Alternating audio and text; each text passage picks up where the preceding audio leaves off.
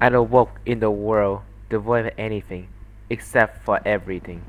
Woven around my limb was string and material of which I could not comprehend, for this woven of my own. From here I see certain things. A troubled girl attempt to find her sister, or is she trying to find herself?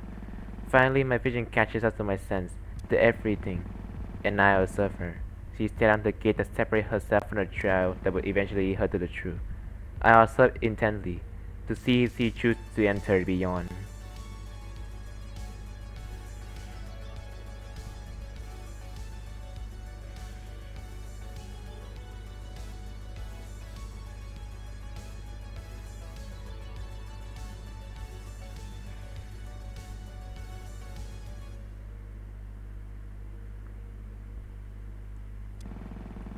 Did you seriously fall asleep in the ferry terminal? Hey!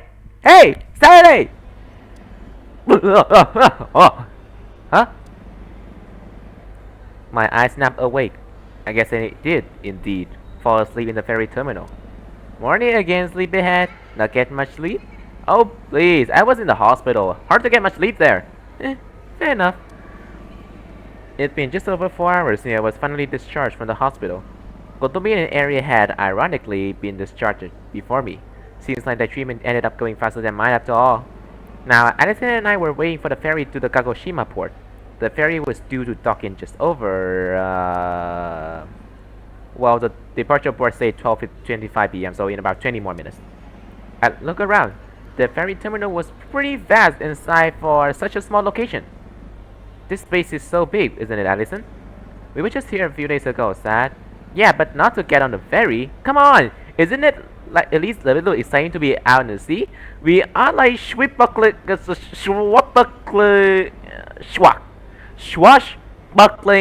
pirates.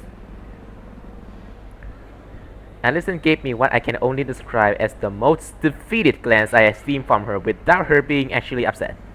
Well, more like suburban pirates. Nevertheless, could we press on without crew? Your crew? I don't think you are the captain, Saturday. Right, Eri? 100% agree. Huh? Allison and I turned to look at Eri, who, by all intents and purposes, should be anywhere but here, right now. Wait, Eri, where'd you come from? What you even doing here? Taking a trip to the mainland, obviously, with you and Allison. Don't you have, like, work? As a detective? At the job? That you get paid to do? Sick leave. Sick leave? I mean, yeah, I was injured in the line of duty. Even though I recovered, it's a minimum of 2 weeks, so I'm not allowed on duty. Well, why? That rule makes no sense! Something about saving face or whatever. I'm not really allowed to ask questions. Saturday, it's the damn police. I wish I had literally any other job. So, legally speaking, you are not a detective right now? Sort of. It's a bit complicated. But essentially, yes, I'm just a normal civilian. I'm following this lead on my own time, separate from my job as a detective. Well, you're free to come along if you want. The more the merrier, especially on investigation, they say. I don't think anyone says that, Saturday. Nobody says that. I shot both of them a jokingly angry glare. Regardless, just a quarter till we can head to the port. None of you all get seasick, right? I don't want the janitor crew to be mad at us. Nothing can get in the way of our foray into Kagoshima, right? Us against the world. Come on, be a little excited. Have any of you been to my mainland? I haven't been back in years. I wonder how much it changes. Though I guess we aren't going to Tokyo. Allison looked at me concernedly. It's not exactly something to be worried about, you know. I worry about Suki. I'm not sure if this is safe for us to be doing. What do you mean? Suki disappeared? There's all this mysterious stuff going on? And that's not even mentioning the fire. I feel like the universe is out to get us, and I don't want anything bad to happen to you. Can you see I'm just trying to lighten the mood a little? Of course I'm scared, Ali. You know that's just as bad as I do. Relax, Allison. I'm not gonna let anything bad happen to either of you. If anything serious goes down, I'm going alone, and you two are staying back. I'm the trained one here. Allison shot me a look. I moved in closer to her to whisper to her. She totally seems different, right? Absolutely different. Uh-huh. What you two lovebirds whispering about behind my back? We're not lovebirds. Also, we're in front of you, not behind you. I don't think I ever seen someone as into semantic as you. Shut up! Whatever, I just made the observation that you are much different when you are not on the clock, that's all. Surprise? I'm not a hard ass all the time, you know. Only when the line of duty requires me to be. Allison stepped away from me, seemingly flustered for some reason. I wasn't sure why. Regardless of all that, we do need to follow this clue, and I think having you two on board with this will be useful. You two know Suki better than I did, and having a mind connected to the subject can be helpful. I... Alison sighed. This time her defeated look seems to actively be connected to her exhaustion with this whole situation. I guess I can't blame her. Yeah, alright. Just be sure to hold Saturday back if something happens. You know how she can be. Huh? You know I can take care of myself. Name one time that I... Geology Museum? I... Suddenly, the memories of the Geology Museum came flooding back to me. It almost felt like I could physically smell the smoke, even though the summer air was clean as could be. Alison must have noticed that I had suddenly dropped my happy attitude. I'm sorry. I didn't... It's okay. I know you didn't mean to. I'm not upset, okay? Eri waited a bit, seemingly judging the air to see when it would be appropriate to lighten the mood again. After a few seconds, she pointed outside the windows toward the sea. Hey, what you pointing at? That's a ferry. Oh, here it comes. Look at it soar so gracefully across the... You know, Eri, I appreciate the sentiment, but I need to be brutally honest. You are horrible at lighting up the mood. Sorry. Nah, it's all good. I mean, hey, what happened to the scary detective lady I met earlier? You weren't exactly being all lighthearted and happy when we were first talking. I don't waste energy on people I don't know. I know you more now. And like I said, it's kinda exhausting being a hard ass all the time. When I first met you, I just knew you as the girl my sister kept getting into trouble with. I'm never gonna forget after the aftermath of the ranch incident Saturday. You know about that?! When my sister comes home at 1 a.m. looking like that, it's hard to not know. Well, I'm glad I'm more to you now than a force of chaos that makes your life harder. I mean, you still are. I just know you more now. I'm going to choose to take that as a compliment. Suddenly, a little chime played over the intercom. A and I look up at the sound. Passenger boarding the 12:25 p.m. express line from Tanegashima to Kagoshima. Please line up at gate 2 with your tickets prepared. We will begin boarding shortly. That's us! Let's get a move on! Come on, you two! Huh? Oh, coming. Eddie and I walked toward by the gate marked as number 2. Alison sulked behind a little bit. I could tell she felt really bad for her slip up, but I couldn't really think of what to say to her.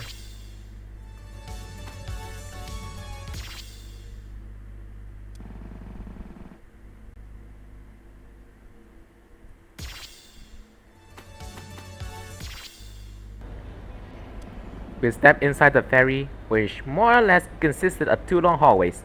Very long hallways. Very sweet ferry! Here we are, crew! Nobody says that.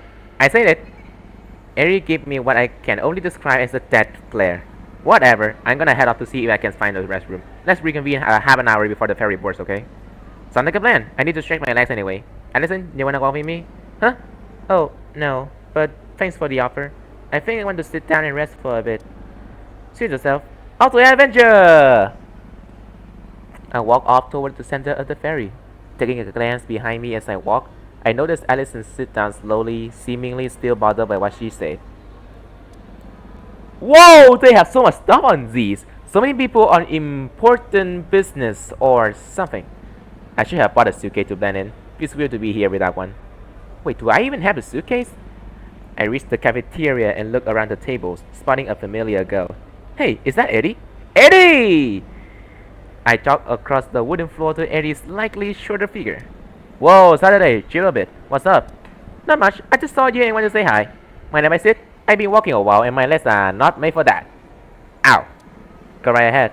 How's it been going? I sat down in the seat across from her. I don't know. Kinda weird. I feel out of place here. Like, this is such an adult sense of circumstances, but I feel like such a kid. Everyone's here doing job stuff or whatever, and I want to tell myself what I'm doing is important, I guess. But I just feel so young and inexperienced. When do I feel like I know what I'm doing? You want to know a secret, Saturday? You don't really. I sure haven't. And I am a big shot detective. I laughed. A big shot? You're 20! Eri looked at me defeatedly. Okay, maybe it was an exaggeration. Whatever, you get the point. I guess so. So everyone just kinda doesn't know how to be an adult.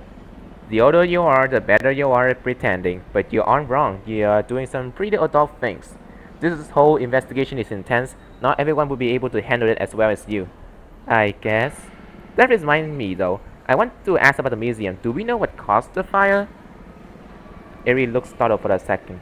I guess she wasn't expecting that I'd bring up the museum incident, given what happened between Ali and I less than an hour prior. Officially, it's an open and shut case. Something about a gas valve. In a museum? Yeah, they have a kitchen or something apparently, though they never use it. If they never use it, how would there be the gas leaks? Especially since the fire didn't have an obvious origin. No one really knows how. What does that mean? We don't know its origin. That's the point. I mean, like, where it started. Its point of origin. You can usually tell by the way stuff burn where the fire started by using arc mapping. What's that? Oh god, I have to explain this. Okay, essentially you look at where different wires got messed up from the heat, and from there you can assume where the fire started. But it's weird here because the entire system arced at around the same time. So they think it's gas because it would have spread around the entire building? Yeah, but a lot would need to go wrong for the entire system to fault at once. A combination of really high gas density and the super messed up electrical system, pretty much. That's really weird. It kind of feels like it just happened, with no prior inciting incident or whatever. Yeah, wisdom. A gas leak is just what we're saying because it's the most likely cause, however unlikely it is. I guess we don't know for now.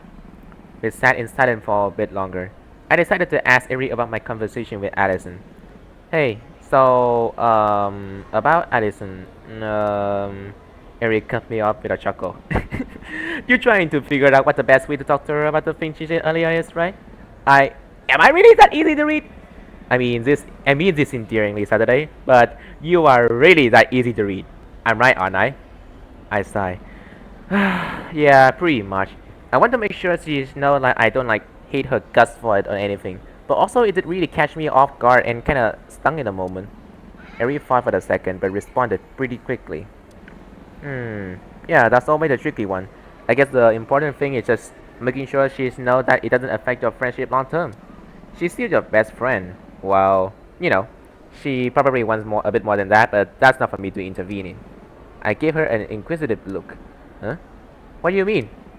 Man, you dense figures. Hey, uncalled for, even if you're right. But yeah, just be honest with her and be caring with her, I guess. That's my advice. I'll try that. Thanks. Aries stood up. Yeah, no problem. I'm gonna go get something to eat, if that's okay. I was just sitting down there while the line was long. You want anything? Nah, I just want to stop by because I saw you. I should probably go check in on Ellie anyways. Are you gonna be okay with yourself? Of course I am. I'll be fine. Ellie walked up and I stood up as well. Now, where would I find Allison? I walked towards the loading dock of the ferry, curious if I find Allison where I last saw her. Sure enough, there she was, in the same spot, looking, honestly, kind of nauseous. Hey, hey, you don't look too good. What's going on? I sat down in the seat next to her. She looked over at me. Oh, sorry. I just get seasick really easy. I gave her a doubtful look. Come on, Ali, you know you can't lie to me. Your family used to love going out for boat rides. You had the time of your life each time. What's really going on? I guess you do know me too well. It's nothing super big. I'm just worrying about... You still worry about what you said to me earlier on complete accident, right? Yes, I am. I guess. Hey, it's okay. I promise. I know you didn't mean to like upset me. But you still got hurt by something I said. I don't understand how you can just forgive that. I guess it's just not so much forgiving it as it is that I understand you didn't mean any harm with it. It startled me, but I'm not like hurting deep down because of it. Are you sure? Yeah, I guess it's like, it feels weird, you know? I feel like I should have been more upset by it given how horrifying the whole museum thing was. But right now, my will to find my sister is kind of overpowering it in a way. I guess it's almost feel like I don't have time to be letting myself get knocked off balance when Suki is still out there somewhere unknown. I see. Suddenly, a loud voice interrupts us. The cafeteria will be closing out shortly. If you would like to place an order, please do so within the next 5 minutes. I stood up quickly. Shit! I did want to get something. I'm really sorry, Arison, but can we continue this discussion later? Yeah, that's fine. I think. Okay, cool, thanks, you're a real one. Cheers, only. I ran up towards the cafeteria. Hope I can get what I want before they close.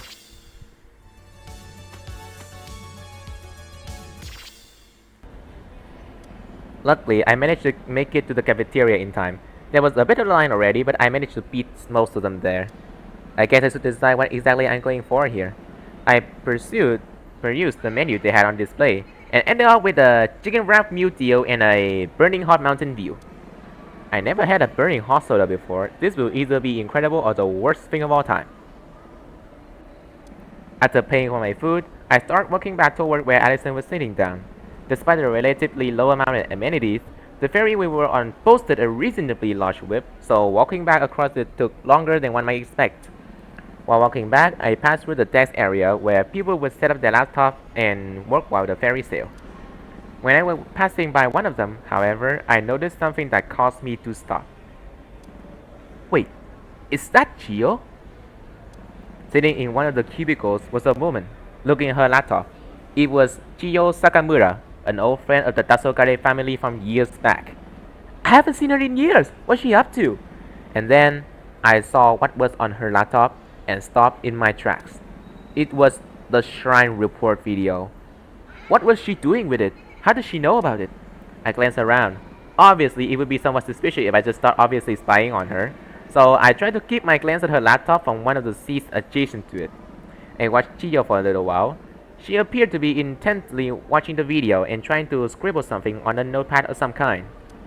What's she writing? Is she trying to crack the code like we did? Only after I opened my mouth did I realize my mistake. Oh shit! Oh my god! Oh fuck! I didn't say that out loud! Chiyo, startled, looked over at me. I expected her to calm down when she saw me, but if anything, her eyes went even wider. Saturday? Okay, Saturday. Play it off. Lean into the curiosity angle. You can pull this back. I tried to walk over but tripped on the seat and fell on the kitchen sink. Ah! Shit! The woman looked at me with a worried look. Hi, Chiyo. Long time no see. What's that video you're watching? Looks, pretty weird. Saturday, are you okay? That sounded like it hurt. Oh, trust me, this happens all the time. I'm fine. Anyway, Chiyo interrupted me. You trip over chairs and fall face first to the ground all the time? Is that not normal? And speak up like not normal. Where did you find that video? I was walking by and saw it and I got curious, sorry. Oh, this? It got sent to me by some anonymous member a few minutes ago. I thought it might be spam. Someone sent Chiyo the Shrine Report video just now? But why? Anyway, Saturday! It's been so long! How have you been? Been okay? How about you? The freelance journalism angle still going strong? Well, I'm definitely still going it, but it's not profitable enough that I don't also have to have another job on the side. What has you coming out to the mainland though? Oh, I figured it was best to be honest with her. She wasn't no family friend at all, so I trusted her. I explained that Suki had gone missing and I was trying to find her. Oh god, Suki's missing? I'm really sorry to hear. Yeah, and to make a really long story short, it's likely that the video you just got sent has some relation to it. It was a clue that we follow and it led us here. Yeah, I admit, that is really odd. Man, that's awful. Suki was always such a nice person. What's she thinking, leaving her sister all alone? I wish I could tell you. Truth be told, once I find her, I got some choice word for her. Suddenly, a loud jingle interrupted us. Boo, boo, boo. This ferry is about to dock in Kagoshima. All vehicle passengers, please return to the vehicles, and all foot passengers, please line up at the exit gates. Thank you for riding with us today. Are you kidding? Already? Chiyo, however, didn't seem bothered at all by the discussion being cut short. Okay, I gotta run back to my car, but I had an idea for you Saturday. What's that? Can I take you and whoever you are traveling with out to dinner tomorrow evening? I want to catch up with you, since it's been like 5 years? And you can give me the full story about what's led up to this point. Yeah, sure, that would be fine. Do you travel around Kagoshima much? I thought you live in Tokyo. She nodded. Yeah, I know my way around. Did I never tell you? Some of my extended family owns a cabin in this general area of Japan. So I like to come down here sometime both to visit Takegashima and to get away from the bustle of the capital. I do really gotta get going though. I see you tomorrow night, okay? Here's my number, so we can keep in touch. Chiyo stole me her phone and I wrote down the display phone number. Righty-ho! I see you then! Chiyo ran out toward the vehicle deck elevators. Since the exit gate line was on the other side of the ferry, I started walking back towards it to catch up with Allison and Ari. Man, it's been a while since I thought about Chio. Didn't Ali and I met her to dad's job at the where does my dad work again? Suddenly, I felt a headache coming on. Oh, duh!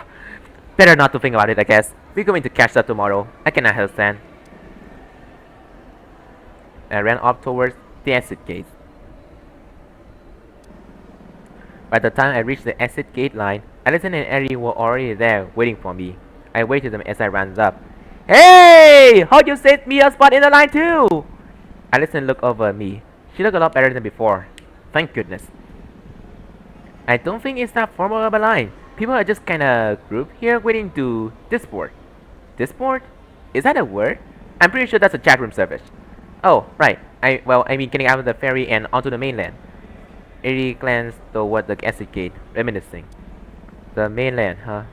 I haven't been back in years. Me neither! This is going to be super exciting, even if we are not here on the best of matters. So, let's try our best and enjoy ourselves anyway, okay? I don't see why not. Seems depressing letting ourselves get depressed the whole time. True. By the way, Saturday, I noticed you were talking to somebody while I was walking around. Who was that? Oh, I tell you about that on the way. It's nothing bad, promise. You getting jealous, Allison? No! I'm not! Allison started to sweat profusely. Huh. I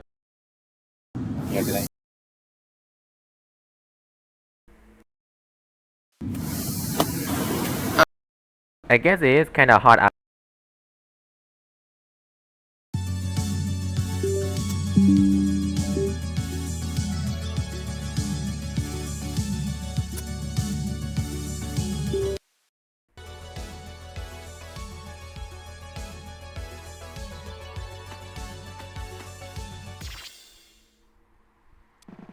By the time we got off the ferry, it was already late into the evening. Alright team, let's make our way to the hotel! Sad, I booked the hotel. Do you even know where is it? I mean, I definitely know. I just kinda forgot, you know? Allison sighed. We need to head 2 blocks this way to get to the train, and it should be right off the exits when we do. We are the third stop out. Eric glanced at Allison skeptically. How did you even afford a hotel? I pitched in. I knew you were doing it so early. I had a bit of save money. It's an important cause, and I know Saturday would have gone down without even thinking of the hotel until it was time to turn in. Fair point. Hey, I would at least have remembered it by like 7:30. My point exactly. By the way, who was it that you were talking with on the ferry? You never told us who they were. Oh, it completely slipped my mind. Her name was Gio. She's an old family friend, and we talked a bit, and she says she talked to me more at dinner. Oh, and she invited us to the dinner tomorrow night before we go out to the shrine.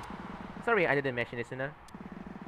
Why didn't you tell me it was Gio's dad? You know I know her. Oh yeah, I guess you would. Sorry, it's been so long since I saw her that it completely slipped my mind. That's alright. I understand. Just be more mindful, you know? Keep us in the loop. Yeah, sorry. I really should be more a bit careful, especially with the geology museum incident. I don't want her to worry too much. At least she's okay. I should be more careful. Well, no use standing around here. Let's make a haste for the hotel before we miss check-in. Right! We walked through the small port town of Minami Osumi. Our hotel was very close to the terminals, so we spent a bit of extra time checking out the things around the town. It didn't take long to find the hotel Allison had booked. Whoa! Is this my room for the night? This is huge! It's really not that big. I jokingly glared at her angrily. What's your sense of whimsy? Me thinks you need to be a bit more whimsical, Allison. Allison looked at me defeatedly. Me thinks? It's a word. Harry laughed. I'm glad you're finding the room comfortable, Saturday. Let's dress up. We have a big day tomorrow. Though I'm sure you two rather have dinner in a different setting. What do you mean? Shut up! Shut up! Shut up! Shut up! Shut up! Shut up! I go to my room. I thought, okay, bye. This is your room. Good night. It is 4:30.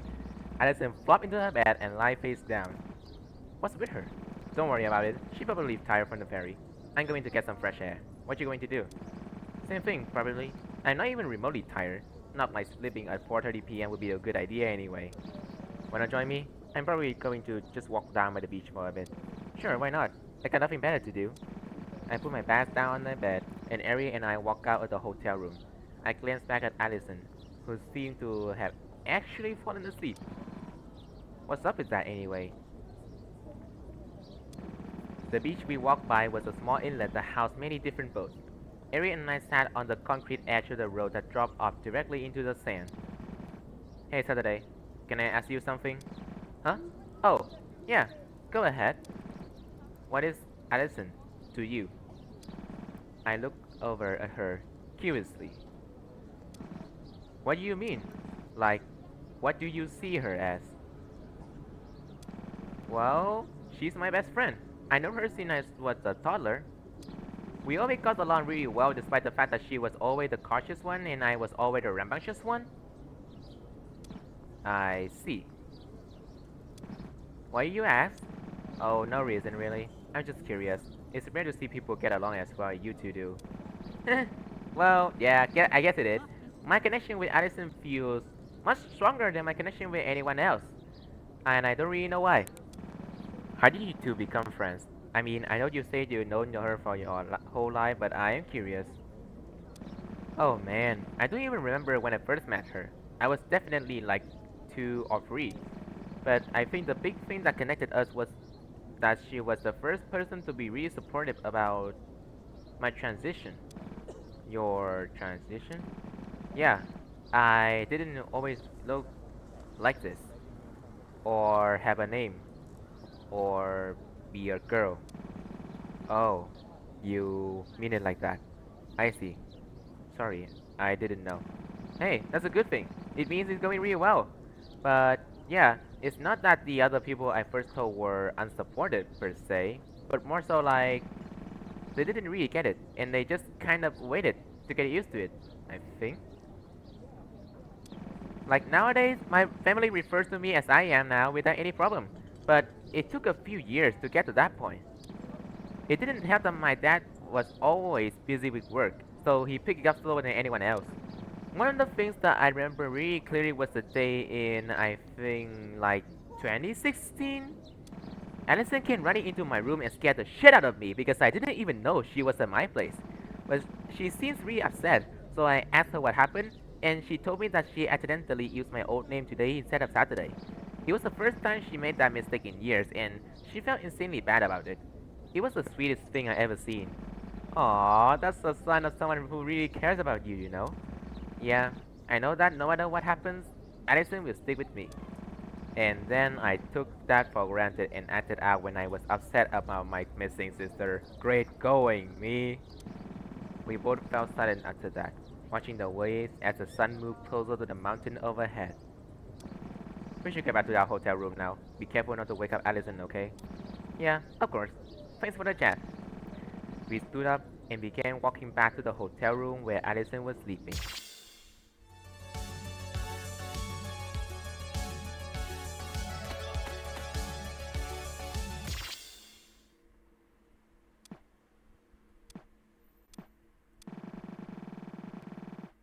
Damn it, I hate this thing my body does when it wakes up and refuses to sleep again until it gets what it wants. I really should have to use the bathroom, but I don't want to wake Allison up. I rolled over in the small bed a couple more times in a pointless effort to just let myself sleep again. But unsurprisingly, it was to no avail. Fine. I guess I had to be insanely quiet. I slowly got out of the single-person bed and began to tiptoe slowly across the hotel room. That, however, also seemed to be to no avail, as I stepped on a crack in the floor and caused it to creak extremely loudly. Shit, god damn it! In a panic, I looked over at the bed that sat beside mine. To my surprise, however, it was also empty. Is she not in bed? Where did Ali go? I looked around a bit and noticed that the door to the balcony was slightly ajar. I guess she's getting some fresh air? Curiously, I walked over and opened the door to the balcony. Sure enough, there she was, sitting on one of the 2 chairs facing the fence that separated the wooden platform from the pavement below. Ali? That you? Alison jumped a bit. Fair enough, I guess, as I assumed she wasn't expecting me to be up. She turned around. Uh, it's just you, Saturday. Give me a bit of spook there. Yeah, sorry. But what are you doing awake? It's nearly 3 in the morning. Allison fidgeted a bit before answering. Oh, me? Uh, uh, not much. Just getting some fresh air and yeah. It didn't really take a genius to figure out what she was doing up. Ah, you having trouble sleeping, aren't you? Yeah, yeah. Been trying all night to little success. You too then? Well, kinda. Mostly because I had to get up to pee. You know how it is.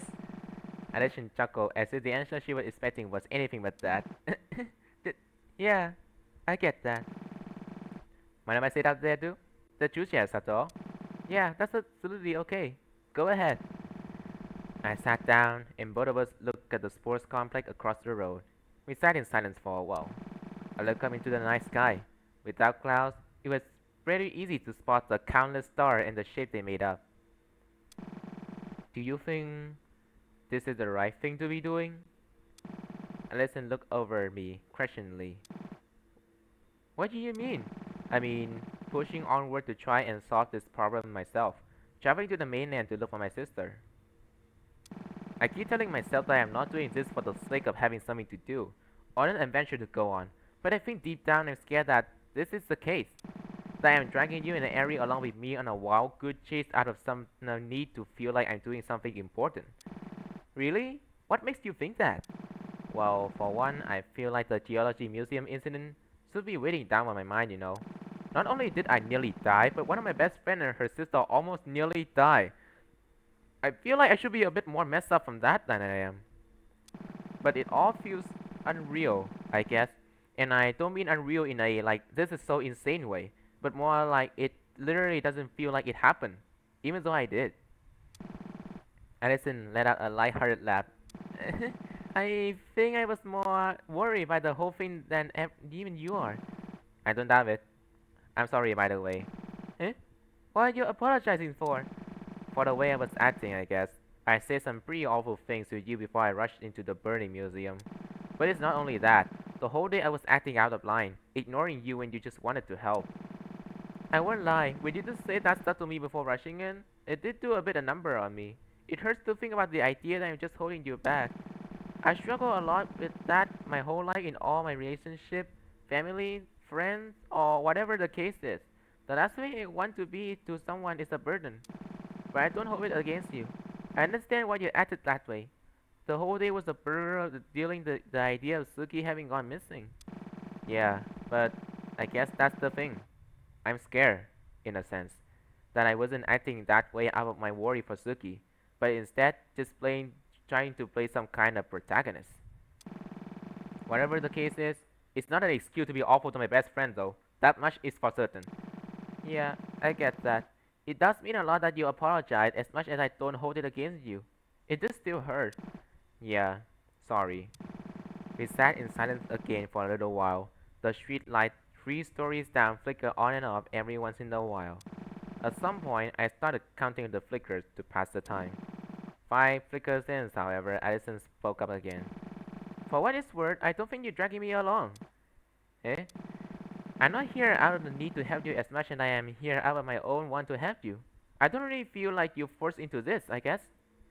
It's more so like I'm here because I want to support you through whatever happens next. You're too kind to me. You deserve it. I don't know if I do. I'm telling you that you do. What if you were wrong?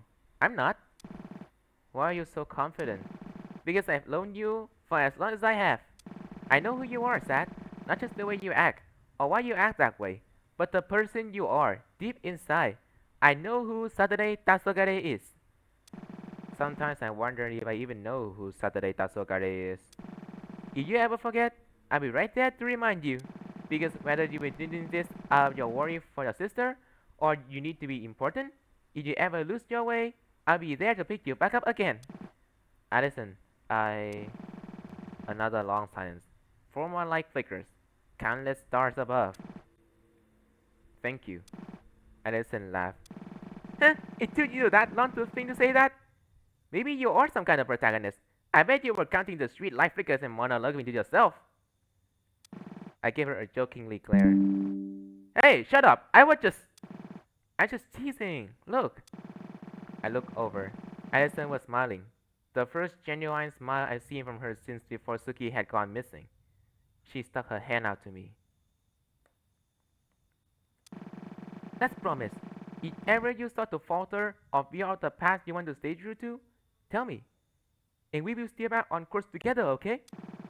Ali, are you sure? It could be dangerous, and I still don't know for sure why I'm doing this. I don't want you getting hurt. And I don't want you getting hurt unless I'm there to share your pain, okay? Let's be a burden. It was the most true I ever seen her, even more so than the night in the hospital. I felt something from Allison that I would never felt before, feelings of her that I didn't know existed, and feelings inside myself that I didn't know existed. I smiled and shook her hand. Then it settled. Thanks, Saturday. I feel better now. I'm going to try to get some sleep. You should too. We have a big day tomorrow. Yeah. Night night, Ali. Allison stood up and proceeded to stand still in the balcony doorway for a few seconds. I looked up at her. What is it? Cat got your... With speed I didn't know she was capable of, Allison moved her face down to mine and gave me a kiss on my cheeks. Then she ran into the room and practically jumped into the bed. I sat down there for a few moments, frozen, unsure what just happened. Hey, wait, Alice! But I didn't get a response. Is she asleep already? I sighed. It looked like it would be a little while longer before I got any answer on what that was all about. I stood up from the chair and walked back to my own bed. I lied down. Minutes passed. I stared at the ceiling. Hours passed. God damn it, now I really cannot sleep.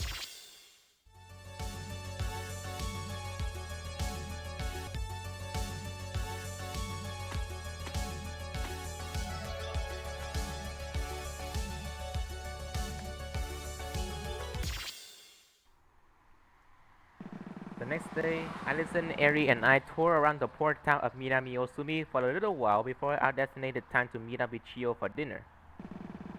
Eri was awake before us and left early. She spent most of her day touring a nearby island that seemed to be famous for its large population of cats. I never would have taken her for a cat person, but you really never do really know. Well, I know. I know now anyway, because of the unbelievable amount of messages I keep getting from her. About the cats. With no images because her reception wasn't good enough for that, so I had to just imagine the cats in my mind. Allison and I woke up around the same time, which was late into the morning, close to the noon, which makes sense given that both of us got minimal sleep last night. We didn't really say much to each other as we left the hotel. Neither of us really knew what to say. I spent most of the day thinking about the irony of that. Our whole conversation had been about getting closer to each other, yet we spent the entire day avoiding each other. Not that I can really blame either of us. Regardless, the time eventually came for us to meet up with Chio. About an hour earlier, I received a request from her to go to the ramen place close to the hotel we were staying at. I forwarded that to the group chat I had with Eri and Allison, and now I stood in front of the restaurant, evidently the first one to arrive, despite the fact that it was already 5 minutes past the time that we were supposed to meet up. Late asses, and I am the disorganized one. Suddenly, I spotted a familiar silhouette in the distance. Eri ran up to me at full speed, which I didn't even know she was capable of. Stop! Shit, dude, what's your problem? Give me the damn jump scare, jeez! Sorry I'm late. The ferry back from the island got delayed by 10 minutes and there was nothing I could do about it. Nah, it's all good. I take it from your messages that you had a good time. I glanced at my phone, which was open on a message screen that contained a non-stop barrage of key matches and column freeze, which was, again, not something I would ever expected to see from Eri in a million years. Eri launched into a tirade about every cat she saw on the island, and it leaned against the side wall of the restaurant building. About 3 minutes later, both Allison and Chio arrived at the same time. I ran into her while on my way here. She also seemed to be running a bit behind the schedule, so we just ran it together. Am I the only one who was here on time? At least Eri had an excuse. Hey, I have an excuse. Are you going to, like, say what that is, or... No? Okay, whatever. We all here now, so I'm so hungry and could eat a house. Let's just go inside. Eat a house? The restaurant was surprisingly small on the inside. resulting in it taking us a little while to find a seat. We eventually sat down at the booth facing the door we came in though. Alison took her seat first and I went to sit beside her. For some reason, she fidgeted upon realizing this, but settled down quickly. A waitress came over to take our order, and we ordered our food. Thank you very much. It will be ready in about 10 to 15 minutes. The waitress walked away, and we sat and waited for a little while. Chio started talking to break the silence. So, Saturday! Tell me what's been going on. It feels like it's been years since I saw you. That's because it has been years, Chio. The last time you saw me, I was in middle school. What? No, it's been sooner than that. Surely. I thought it was there at your graduation party? Maybe. I have a historically horrendous memory, but it's really been nothing much. Since finishing high school, I just kind of been an employee, sitting at home on Tanigashima with Suki. For 2 years? You've been unemployed for 2 whole years. Hey man, lay off. Work is hard. Motivation is hard. I like doing my own thing. Jeez, I feel bad for Suki. Having to work to keep both of you afloat. You better make it up to her when you find her. I guess I never thought of it like that. Yeah, I will. Since the topic of discussion had obviously been shifted to something more serious, Chio leaned inward to speak in a hushed tone. Can you explain to me everything you know? We didn't have time on the ferry. I may be able to help you look for her. Your family means a lot to me, you know? Right, yeah, I can recap a bit. And so I did. I spent the time until our food arrived, telling Chio everything that had happened up until that point. From a busy day on Tanegashima to arriving on the mainland, I did of course omit the interaction Alison and I had last night. She didn't need to know about that. I see. I'm very sorry to hear about all of that, but I'm very glad you got out of the museum in one piece.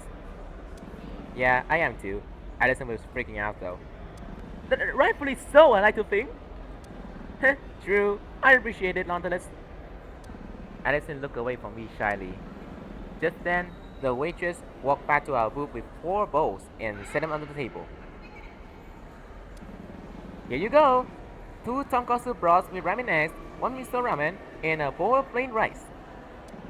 Did you seriously get a single bowl of plain rice, Eri, and nothing else? I looked over at Eri, who was already going to town on her bowl of plain rice. Shut up. Chio took a glance at Allison's dish and then mine. She looked at me inquisitively. Are you guys like... No, no, no, no, no, no, we're not. Are we what? Hey, Allison, don't spit your food all over your food. Don't spit your food all over my food. That's unsanitary even for me. I took a napkin and started wiping up an area around Allison's bowl. She looked away abashedly, blushing harder than I'd seen from her in a very long time. Ah, I see. Sorry, just thought I asked. I don't follow, but okay.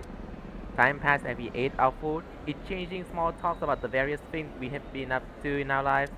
It was the first time in a while I felt a strong sense of togethership, probably since Suki went missing. It was the first time in the recent week that I felt like things might actually be okay, as long as we stuck it together. Eventually, we paid for our meal and left the restaurant.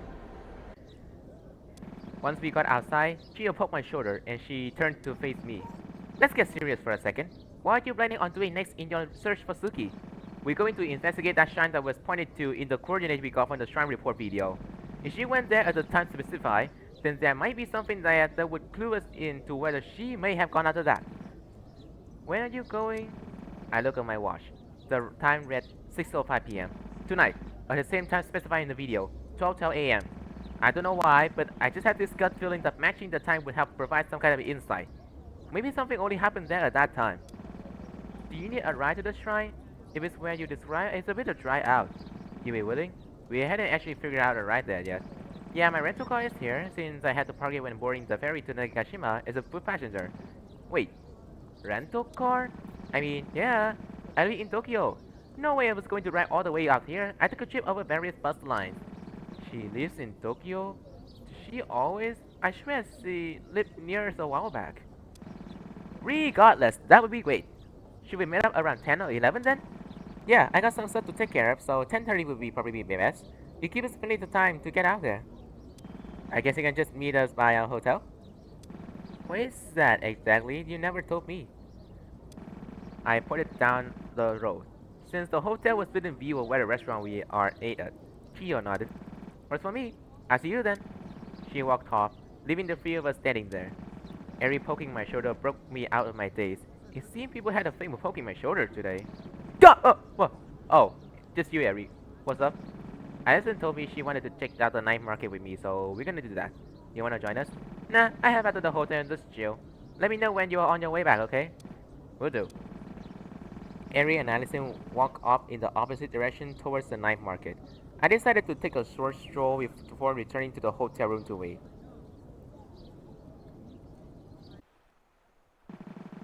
As I walked by the ocean, I thought about Chio.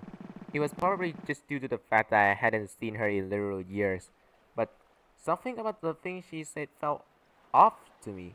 Not like she hiding something, but more so like she and I have different recollection of things. When I think about how I know her, my memories pull up the fact of her being an old family friend.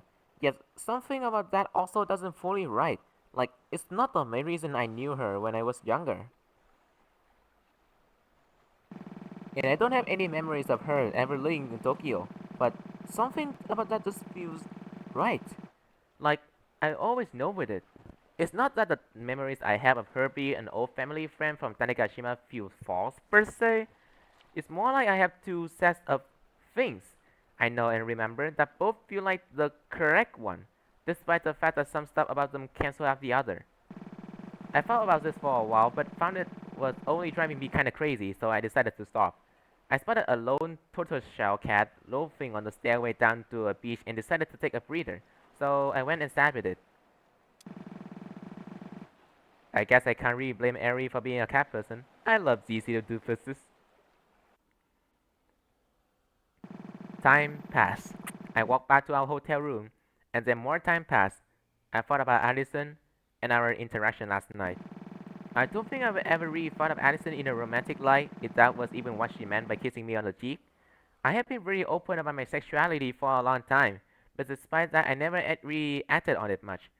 More so, I just meant I like a lot of anime character and would joke like that. I thought about a while, and then I caught myself thinking. I guess I really have changed a little bit. You never have caught me even being remotely this introspective like 2 weeks ago. When we lose people in our life, be it that they die or even just go missing, I heard things feel like a blur, that your emotions feel like none of it is real. On that day on Tanegashima that ended with a geology museum incident, I think I've been expecting for my emotion to feel a bit more numb. Not that it really excused me acting out that whole day, but I don't think it was expecting to, well, I guess just feel as much as I did. Feelings of worry I anticipated, but I felt so many other things that I didn't really know what to make of anything. I guess the best way to put it would be that things felt the opposite of the way I anticipated them to. I expected nothing to feel real, but everything feels like it's been the first real thing that happened in a long time. That the feelings I have are the most real things I have in a long time. This situation is awful. And because I'm feeling that worry and anxiety to such a degree, in a strange way, it makes me hope and love I feel even stronger as a result. I wish we as the people didn't have to experience tragedy so that we could feel that way. I wonder if I will ever find a way to feel deeply in tune with myself that doesn't require me to do something I care about first. I think I will. It might not be a bad thing to try to accomplish before my time is up. More time passed. I decided to play some video games on my Nantundo's watch. Eventually, my waiting game was over and Allison and Ellie walked in the door. About damn time! You really know how to keep a girl waiting. Relax. We spend a lot of time looking around the market. It's not every day you get to see it, and visit a night market. We literally have one back on Tanegashima. Saturday, I am, unfortunately, a cop. It's not every day I get to visit a night market. Fair enough, I guess. What time is it? Allison looked at the top of her phone screen. It's about 9:35, so we got about 55 minutes before Chio arrives. You guys wanna play something? I can literally load up Slash right now. Oh, you don't know what you are unleashing. I harass a Slash Bro. I think that's the first time I heard you swear, Aries, and it's about the goddamn Super Slash Bro, the best plus. I take slashing very seriously. I'm pretty sure that's the exact kind of stuff the people you were supposed to catch say. Aries laughed, and I put the kickstand on my console up. We passed the time laughing and chatting while playing video games for the next hour. Oh hey, Chio texted me. She's out front. Oh, got it. Let's go. We walked down the stairwell and out to the front of the hotel, where Chio was waiting in the car she rented. Luckily, it had enough room to fit 4 people with relative ease.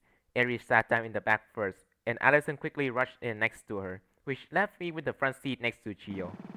The ride out was relatively uneventful, with an occasional conversation. It was about a 40 minutes drive with the route that Chio took, passing by the Osumi Lodge Park. Eventually, we arrived. The stair up to the shrine was steep, but guardrails helped us not lose our footing. The walk felt like an eternity, if only due to how nervous I clearly was. Chio noticed it, and helped me walk up, which helped a lot. And finally, there we were. The Okawaji Shrine, the location specified in the shrine report video. It was much smaller than I anticipated. The actual shrine itself barely seemed to able to fit even 10 people. Behind it was a maintenance shack that was locked and empty. Seems like the enshrined deity is Ahirasu Hime, the first wife of Emperor Jimmu. We spent a while investigating the area. After a while, I spotted something out of the corner of my eye. When I realized what it was, I froze. Hey, Eri! She turned to look at me inquisitively. What's up? You find something? Yeah, you could say that. Look, over there. I pointed toward the small wooden object I spotted in my peripheral vision. Eri turned to look. Her face also went pale. That's... It was a toy rocking horse, small in size, made of wood with no decor or any kind of paint. Second shrine.png.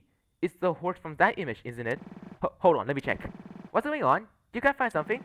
Gio and Allison jogged over to where we were. I explained to them the image file that Eri had found, since neither of them knew about it yet. It's the very same. Look, you can compare them. I did as she instructed, and sure enough, it was the rocking horse that was taken in the picture. So this is where the picture was taken, huh? I guess the timestamp had passed. It's not the 26th of July anymore, but the horse is still there, in the same position. Hey, Saturday! Look! Gio pulled out her phone and showed the time. 12 a.m. exactly. Time to see if my shot in the dark was correct. It's been over a week since the designated time, and yet I can't shake this feeling that something was meant to happen here tonight at 12 a.m. It started to rain. We walked back over to the part of the shrine protected by the roof.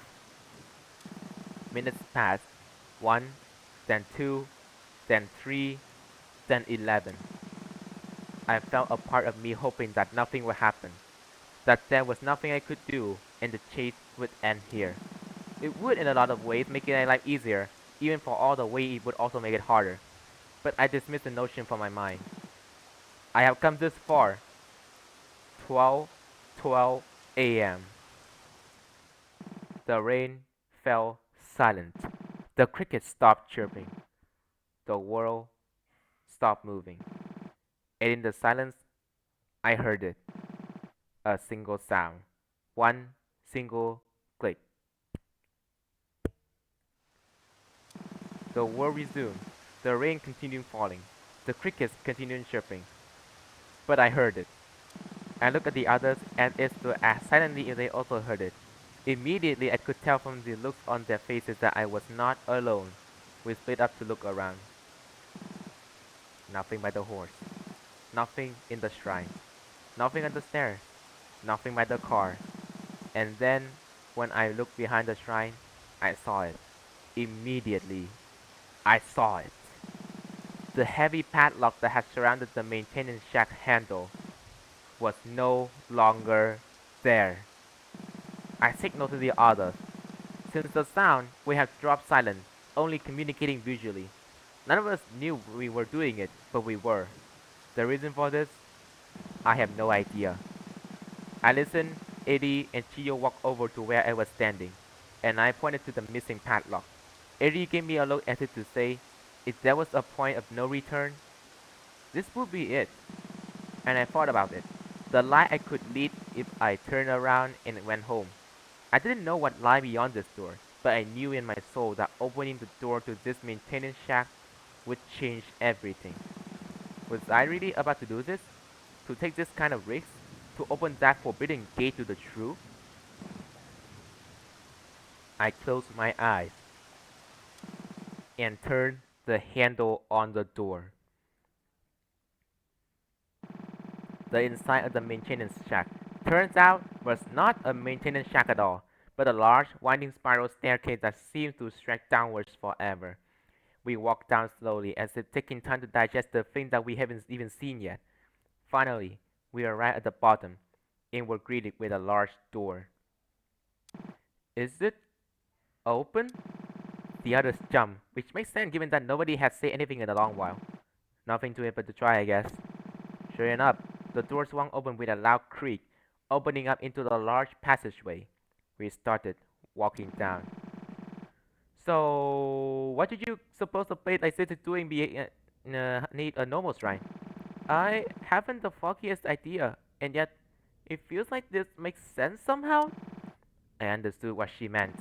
Despite the oddity in every aspect of this situation, this place has a sense of familiarity to it, even though I was reasonably confident I'd never been here. Sunrise. Hmm? What's that, Ali? I don't know why, but the Sunrise Foundation come to mind when I think of a place like this. The Sunrise Foundation? That's such a geology company my sister worked at. What would they have to do with a place like this? No, I understand what Allison's mean. This entire place. It makes me think of that company. I don't know why. We finally reached the end of the long hallway and found a large gate in front of us, locked shut by three large metal claws. Something tells me that this thing isn't going to budge quite as easily. I wouldn't be too sure. Look, there's a screen over there. I looked in Aries' pointing direction and saw an unlit device. It appeared to be some kind of terminal. Maybe, but that thing is off. Suddenly, as if the very place we stood had heard my words, light flickered on and the screen of the terminal powered on. Everyone present jumped. What the hell? I cautiously approached the device. All that displayed on the screen was a single button labeled open. This feels this feels bland. I need to be honest. I felt it this entire time. I can't be the only one who feels this. No, it's not just you.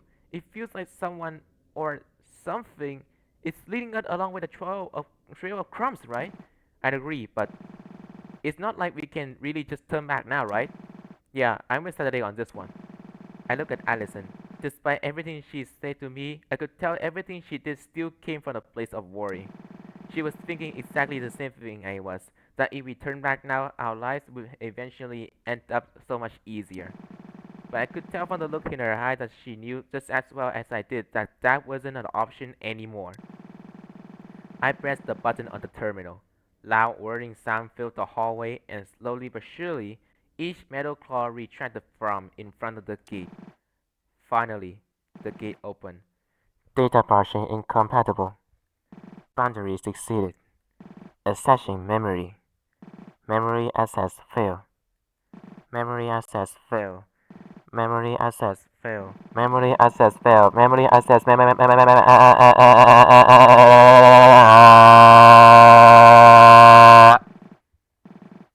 Iteration empathy pause. Accessing Dustbreaker backup information database. Filling location cavities. Uh, uh, what happened? I sat up, dazed. Allison and Chio also seemed to have come down with the same affliction. Something's real off about this place. You three passed out the moment we walked in here. Passed out? How long has it been? Relax, only like 5 minutes. It's 12:37 right now. Thank goodness it hasn't been that long, at least. But what is this place? We looked around us. The area was a large atrium devoid of much at all. In the center sat some kind of operating chair. This this place is. Gio walked to the center of the room. She stared at the abandoned chair for a short while, and then spoke.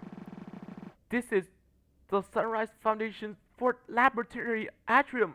Oh God! Sunrise Foundation? But Gio turned back to look at us. She had a look of immense panic on her face. We have to get out of here right now. Get out of here? But we just got here. This is what we came all this way to see. Gio ran up to me and grabbed me by the shoulder. No, no, no, no, Saturday, we need to get out of here, like right now. Trust me. I shook her hand off my shoulder and lost my temper. Why? Tell me why. Give me one good reason why we should leave the place I traveled all the way out here just to see when we just got here. You may be scared of whatever this place is, but I'm not. So, no, Saturday, we need to leave because... Suddenly, a loud rumbling sound filled the atrium. The ground shook beneath us, and my vision blurred. Out the corner of my eye, parts of the geometry that made up the atrium began to twitch in a way I'd never seen before. And then, a large piece of the ceiling came loose and fell to the ground, landing just a few feet behind Gio. This place is caving in! We need to get out of here! I understood immediately. The four of us ran as fast as we could to the gate we came through, passing through it. As we ran, bits of the large hallway began to come loose and fall as well. And then it happened. A single chunk of metal that came loose directly above where Allison was about to pass by. I knew in an instant that it would land on her. God damn it! No! I rushed forward with all my might, at a pace I never achieved before, and jumped forward. Allison! All the sound cut. The world paused again. And in that silence, I heard it once again. That single click.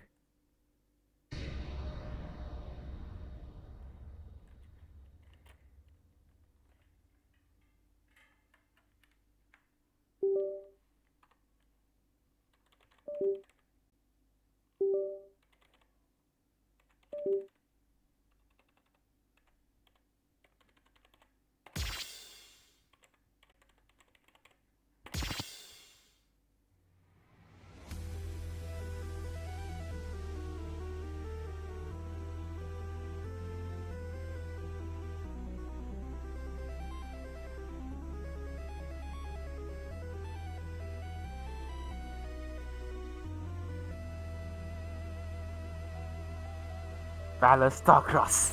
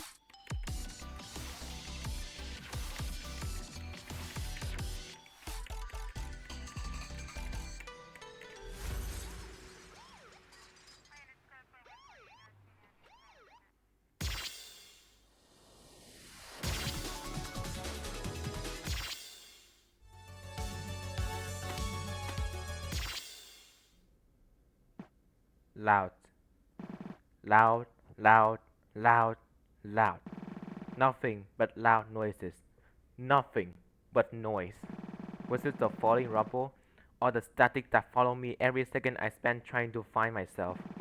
Whatever the noise is, I want it to go away. Go away. Go away, go away, go away, go away. Get me out of here.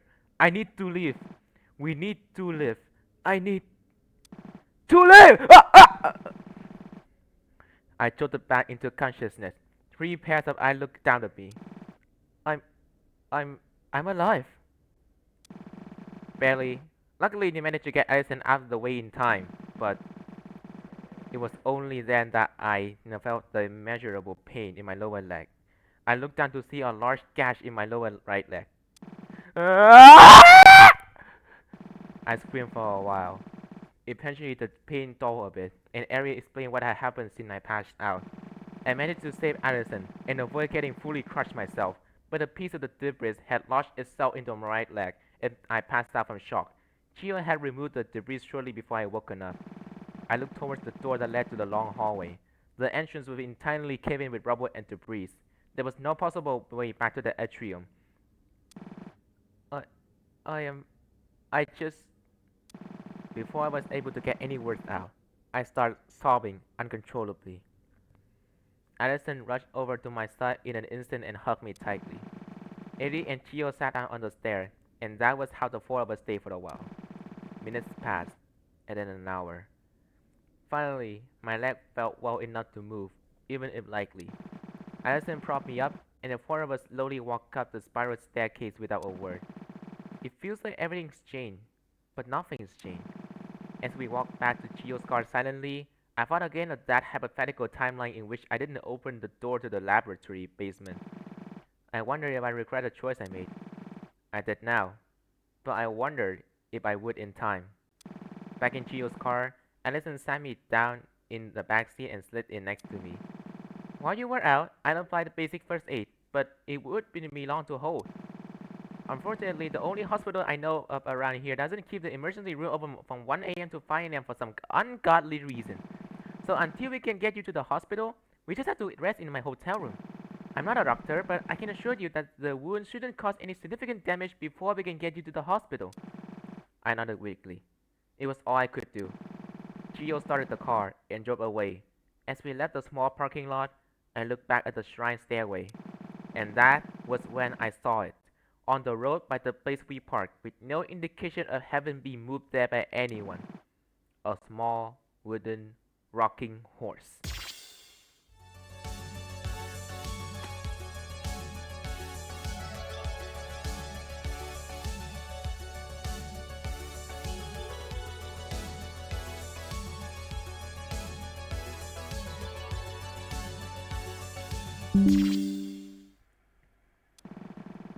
By the time we arrived back at the hotel room, it was already long past 2 in the morning.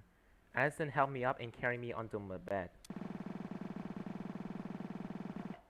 Gino called the hospital and confirmed that the emergency room will open again in about 2 hours, so we had to wait and just keep an eye on my wound until then.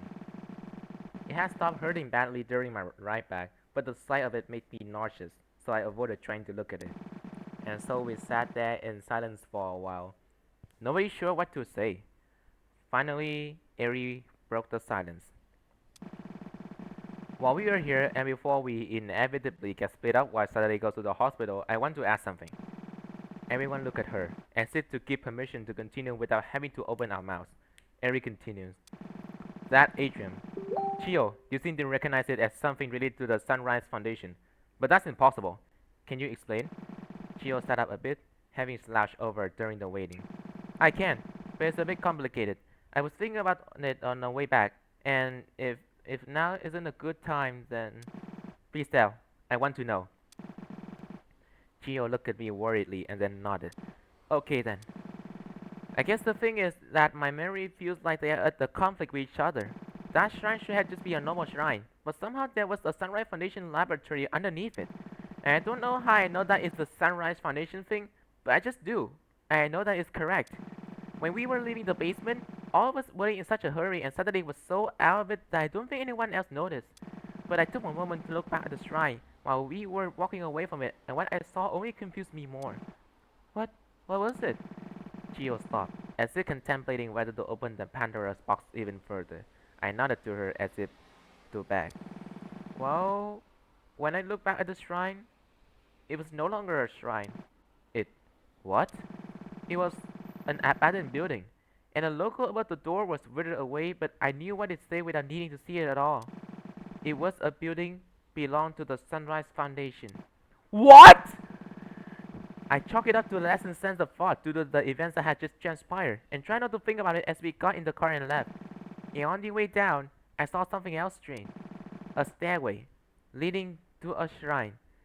The Okawachi Shrine. What do you mean a stairway leading to the Okawachi Shrine? Saturday, please don't stretch it out too much. We're trying to keep your wound from acting up. I looked over at Allison apologetically. Sorry, you're alright. It just... I don't understand how that makes sense. The state of the environment that we arrived at and the one we left felt ever so slightly different. The best way to put it might be like so. Gio took out a piece of paper and drew a loose illustration. Look, when we arrived, the parking lot was at the same altitude as the start of the stair leading up to the shrine. Gio took the piece of paper back and flipped it over, drawing a similar scene. But when we left, it was like this. The stair we walked down led to an abandoned Sunrise Foundation building, and there was a second set of stairs further down that led to the Okawachi Shrine. Wait, so the layout of the area changed while we inside the basement? I mean, it appears that way, but isn't that impossible? Like, I shouldn't have to explain why that isn't just physically possible. No, I know, but the fact that it did change, right? Or did all of us collectively hallucinate the way it appeared when we got there? I think the more likely conclusion would be that Chio saw wrong when we were leaving. After all, tension was really high and it was extremely dark. See, you would think so, and I would be inclined to agree. But then we come back to the thing I mentioned earlier about my memories just conflicting with each other. Because both of these lays out feel right, if that makes sense. What do you mean? Like, neither of them felt like I was seeing things. Like, both of those versions of the way that the area looks were correct. The Okawachi Shrine being right by the parking lot and the Sunrise building being in the same place both feel like the true way the area is laid out.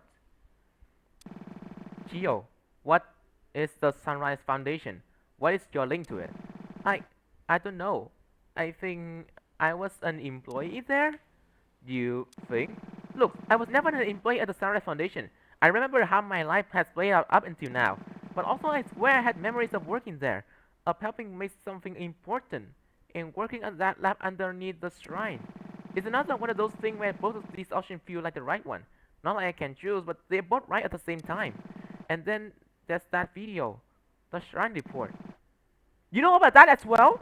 Yeah, I saw her watching it when I met up with her on the ferry. It caught me off guard. How did you come to find out about the video anyway? An anonymous text message randomly appeared on my phone. No sender, and straight to the ball, no time. Well, there was a time, but it's what, the 1st of January in 1970. Unix times, huh? The beginning. Unix time 0. Yeah, the message itself was interesting too. It was a jumbled mess of hexadecimal. Hexadecimal? Yeah, I sped up the process. It roughly translated to this. Seek the connection.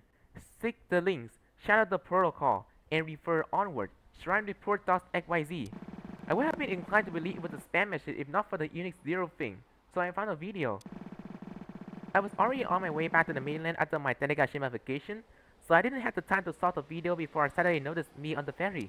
And then she told me the solution over dinner anyway. Right. I don't know why I can't say this feeling that it's related to the Sunrise Foundation. I mean, it feels like a lot more may be related to the Sunrise Foundation than any of us would ever thought. And yet, it also feels like none of us truly know what it is. I looked down at my wound for the first time in a while, as a reminder to myself of what I have done chasing this mystery. As it to be one final decision of it, I really want to choose this path. I want to figure all of this out. I want to investigate this. I would. I wouldn't be able to live with myself if I turn back now. Saturday. I agree. I want to look into this Sunrise Foundation and get to the bottom of this conflict in my memories. And that is enough. This will go no further. Everyone jumped at the sudden shout of the unfamiliar voice. Everyone whipped their gaze to the source of the noise, the balcony. The doors were ajar. Standing it was a figure, tall and slim. They wore a mask and bodysuit to cover their appearance, but something about them had a crushing familiarity. In their hand lay a small pistol. If you continue to endanger this world, my world, I have no choice but to end this by force. Chio jumped up as if to shield us. Eri, Allison, and I remained frozen in shock. Who are you? What are you doing? The tall figure took one step into the hotel room. Chio backed up a bit in fear. You, the arbiter of the rule. I will not allow this cycle to continue any longer. Chio watched in fear as the tall figure raised the pistol and pointed it directly at Chio's chest. No! Please! The figure tilted the head to look at me briefly. In that moment, I felt an indescribable sense of sorrow and grief. My vision went blurry. I'm sorry. I shut my eye in desperation as if to pull myself out of the nightmare I found myself in. And then I heard the click and then the bang. I dropped my guard and let her out of my sight, a mistake only a child would make, and yet here I was. Desperately, I clambered out of my bed and up to my computer. God damn it! Where are you? Where? Ugh! Then I saw it. That hotel room. The situation was unfolding within. The action the world keeper was about to take. Shit! Is there any way I can intervene with the inner layer in enough time? I began to desperately search my file as fast as I could, and I eventually found my way back to what I was looking for. The control panel that I forced my way into. Please, cover in time, come on! A single flash, and the moment captured, and frozen. I made it just in time. Oh my god! Thank goodness! But there was no time to waste. The freezing would only last for so long, which meant it was time to get to work.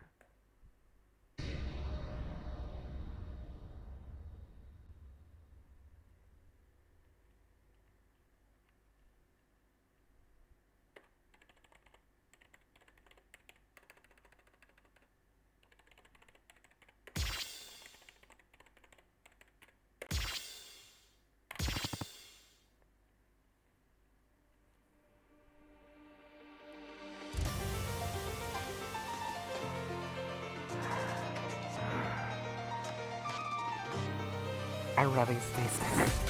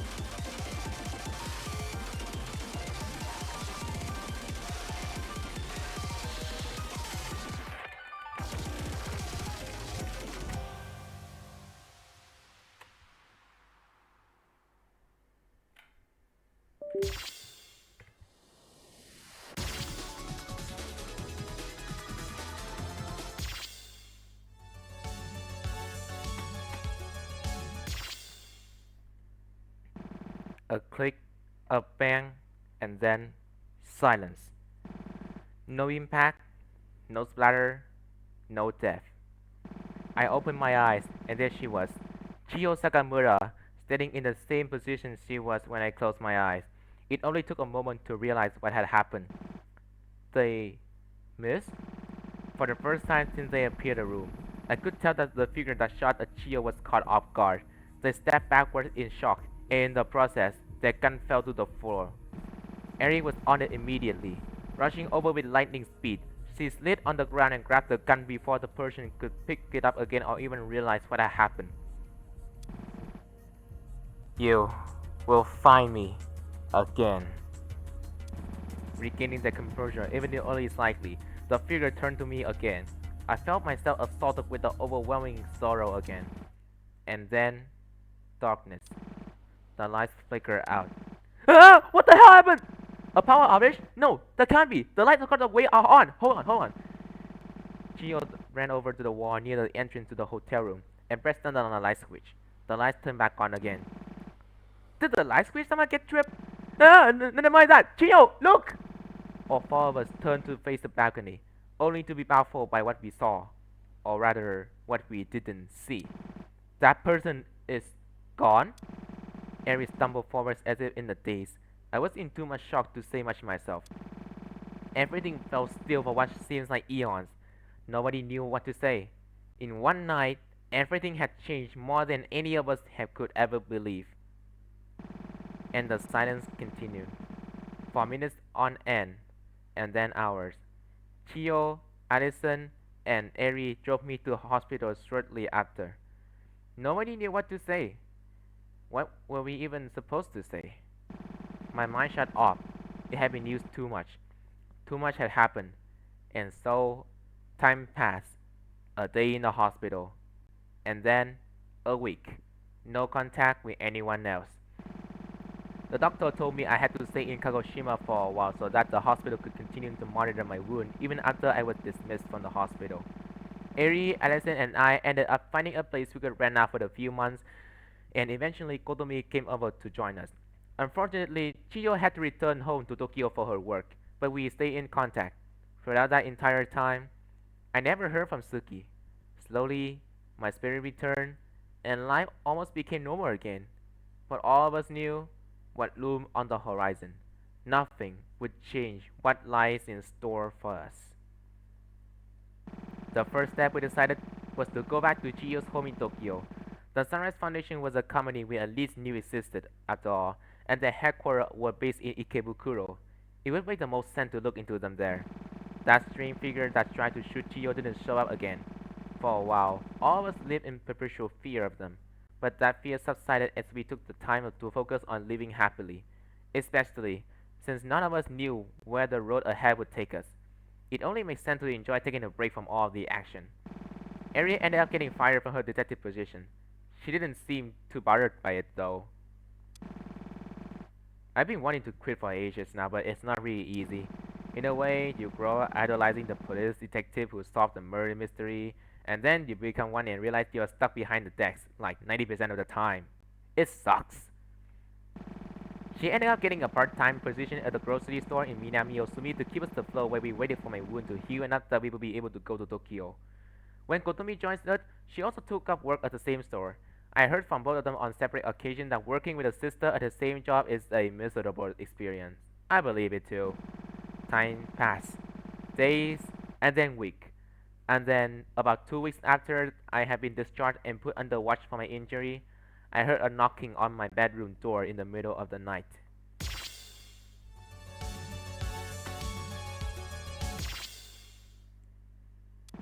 I was startled awake by a knocking sound. Huh?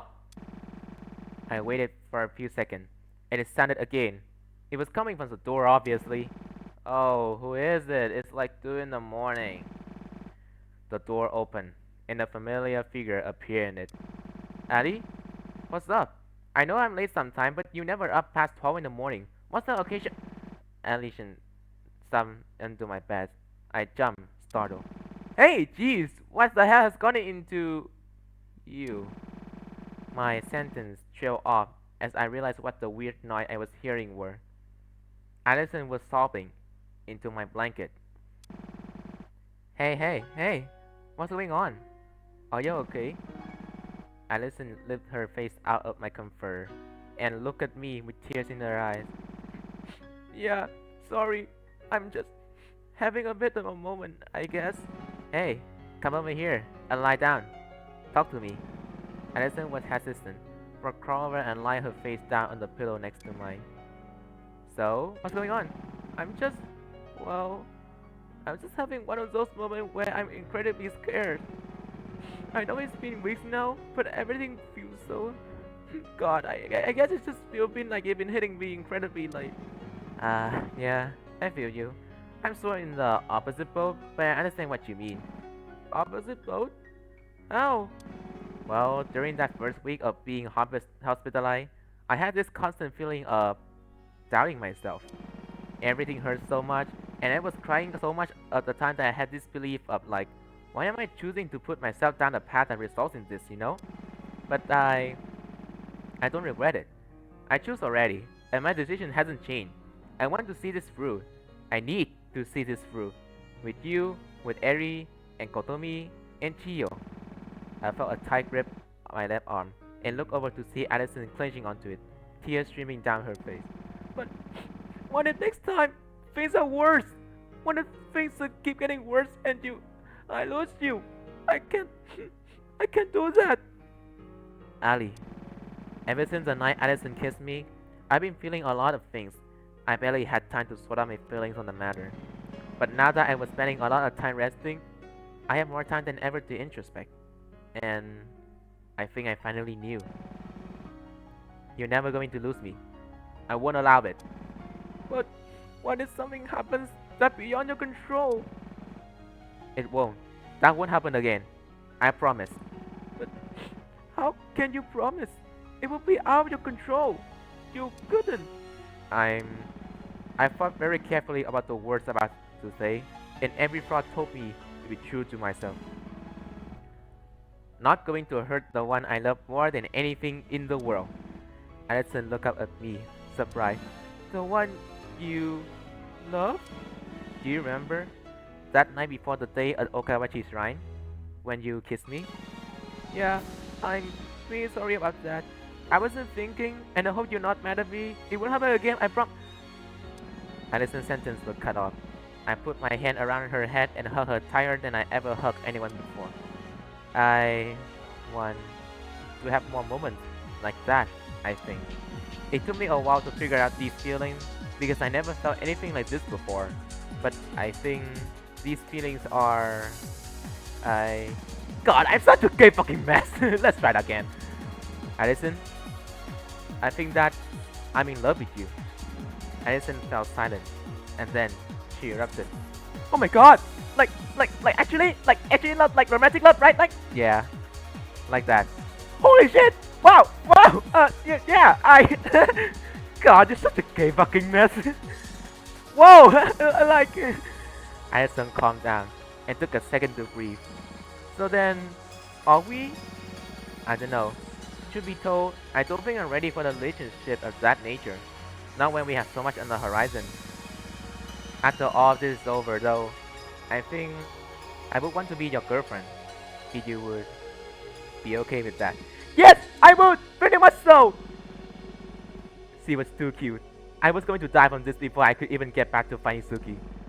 So, if it's okay, I'd like to remain close friends, temporarily, until all of this is over. Until I can face the person I love with the attention they deserve, okay? Yeah, I like the sound of that. Give us something to work towards, you know? You're saying that finding my family isn't something to work towards? No, not like that, sorry! Relax, Eileen, I'm just teasing. But, I'd agree. So, until then, just bestie? Bestie forever. We both laughed. Everything felt right. If I could feel this happy again someday, I think all of this would be worth it. Before we go back to being just friends though, can I ask you something? Of course, Dad. Can I return the favor? Return the favor? I don't follow. Oh! Yeah, please do. Right. And then I kissed her back. One romantic exchange split across weeks of hardship. We stayed like that for hours. My resolve finally formed then, and I decided once more my fate. For a future like this, I will put an end to this curse looming over all of us. For everyone that means everything to me, in every way. Allison left the room eventually, and I went back to sleep. Hours passed, and then days, and then weeks, and then months. And miles away from where we were, in a forest torn between two memories, something moved ever so slightly, brushed by the wind, and the horse began to rock once more. Another psychopath news, then? What a shocker. I leaned back. Endless strife had led to this moment. Finally, we could refer onward. I felt a sensation of life behind me. Funny, given that the only person who knew how to access this perilous space would be you, the World Keeper. I turned around, and there she stood, the figure whose purpose was antithetical to mine, the Keeper of Cycles. You can take off that suit and mask. You should know better than anyone that it's not worth your time to hide yourself from me. We equals after all. Fair enough. The woman unmasked herself, and her hair stretched downward. You know, it's not a great idea to keep your hair all tucked in like that all the time. I hope you're taking good care of it. That's none of the business. I leaned back in my chair. Jeez, why so serious? Loosen up a little. You know why I'm here. To attack me? Surely that can't be it. You already know neither of us can harm the other in this space. Not as long as we're on the same level. I'm not here to fight. I'm here to warn you. Warn me, huh? And what would you be here to warn me of, pray tell? I know you think your little protagonist has some immunity because she's sad today. But I'm here to tell you that if hurting her is what it takes to keep the world in place, I will not hesitate. Oh, please, tell me something I didn't know. You make me sick, you know that? Claiming that you're doing all of this for her, yet it feels like you don't really know her at all. That's enough! Suki slammed her hand down my nightstand. Just what do you know? You never know her? You never knew what she was had to go through to get to this point! I leaned forward. My sarcastic attitude was gone. In the light streaming in from the window, Suki could see me clearly. The fact that she is that is the reason I'm doing all of this. Let me get one thing clear. I hate you. I hate what you have done to the legacy of my friend. I have nothing to say to that. Figures, asshole. Regardless, I'll be on my way. And know this, if for whatever reason we met face to face outside of this space, I will kill you and put an end to this debacle before you hurt Saturday any more than you already have. Feeling mutual, buddy. And then she was gone, just as soon as she was there. I must persist. I have to. Deep down I knew that everything that happened over that summer week was merely a precursor to what was about to happen that winter. God damn it! I've been too far now to be doubting the decision that I made. And so, I sat back. I sat back and waited until the day comes that I will confront the results of everything I have done. I will persist.